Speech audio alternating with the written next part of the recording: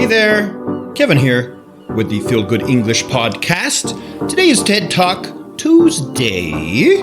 So what I do here is take a short video from TED, talk about the English used in there that you might not know, and also talk a little bit about the video itself.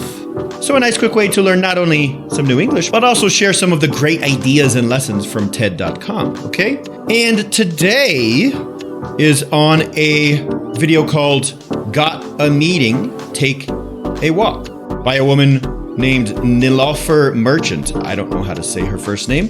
Looks like Nilofer to me, maybe Nilofer, I don't know. But she brings up a very simple idea that could have a big impact on your life and business. So without further delay, let's get into the lesson.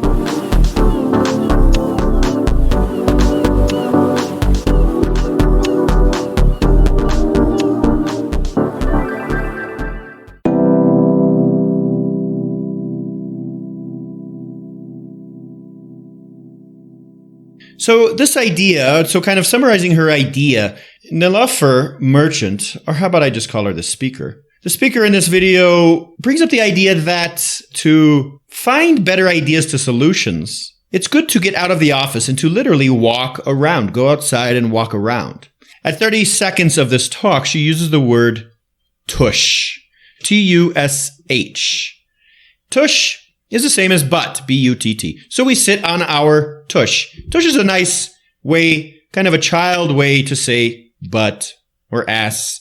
Tush is very polite. So you're probably sitting on your tush right now, or maybe you're walking around, whatever, but tush. Then she makes a connection between smoking and sitting too much. She says that sitting has become the smoking of our generation.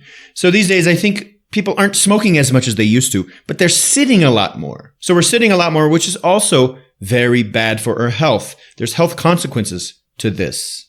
At a minute 15, she uses another word for butt and tush, and the word is duff, D-U-F-F. I've never said duff, but from the context, you can kind of assume that she's talking about your butt. You ever heard of Duff beer? Maybe that comes from there. Duff beer, sitting on your butt. Homer sits on his butt drinking Duff beer.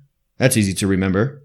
So a phrasal verb she uses, and this kind of got her thinking about this whole idea, is she was trying to plan a meeting with somebody, and this person couldn't fit her in to her normal schedule. To fit in is to find a space for something, to find a space for a meeting or for an object. But anyway, she couldn't fit her into her schedule, so she decided to have a meeting while walking her dog. This woman wanted to have a meeting with the speaker while walking her dog because it was the only time she could fit her in.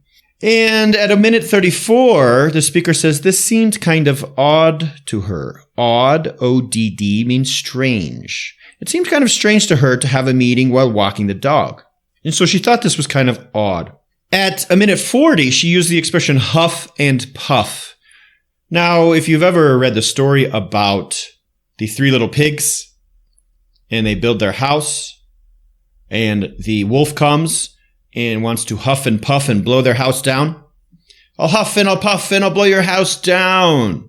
There's a song to, I think, or whatever. It means to blow hard, make a lot of wind with your mouth, huff and puff. But you're never going to use this. This is more of a literature type expression from the fairy tale, The Three Little Pigs. So she was worried that she was going to be out of breath during this conversation. She was going to be breathing too hard and out of breath. So it was worried. However, what this actually changed her life. And she decided to take this idea of going on meetings while exercising, while walking, and to make it her own. So instead of going to a horrible fluorescent lit room, you know what those are, with the bright light, white lights, she tells people to go on a walk for 20 to 30 minutes during a meeting.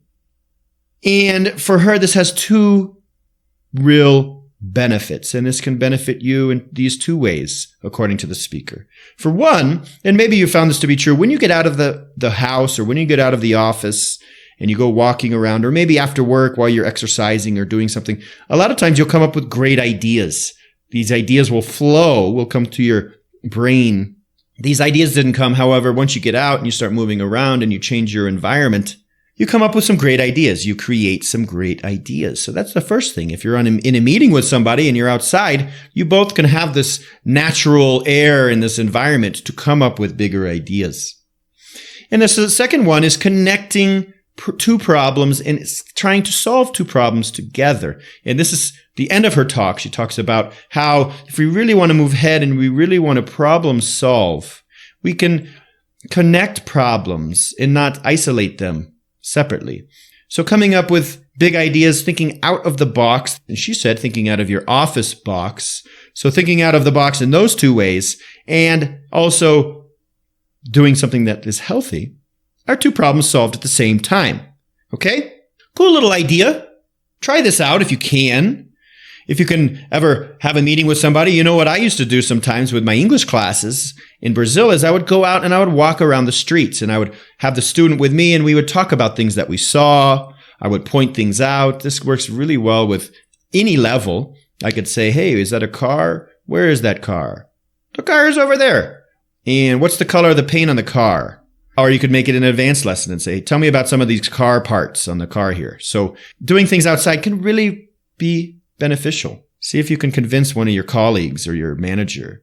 Next time the CEO of your company wants to have a meeting, say, hey, no. We're going to go have a walk outside. Okay, I'm not coming to your office. You're going to come walk with me. No, just kidding. Don't do that. You'll probably get fired.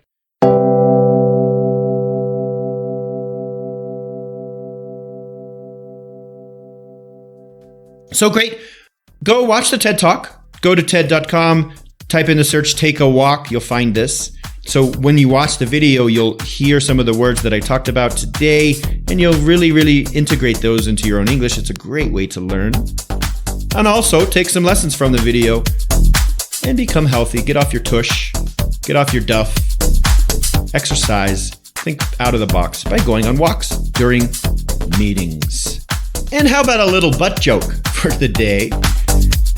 What do you take when your butt hurts? Aspirin, of course. Talk to you soon.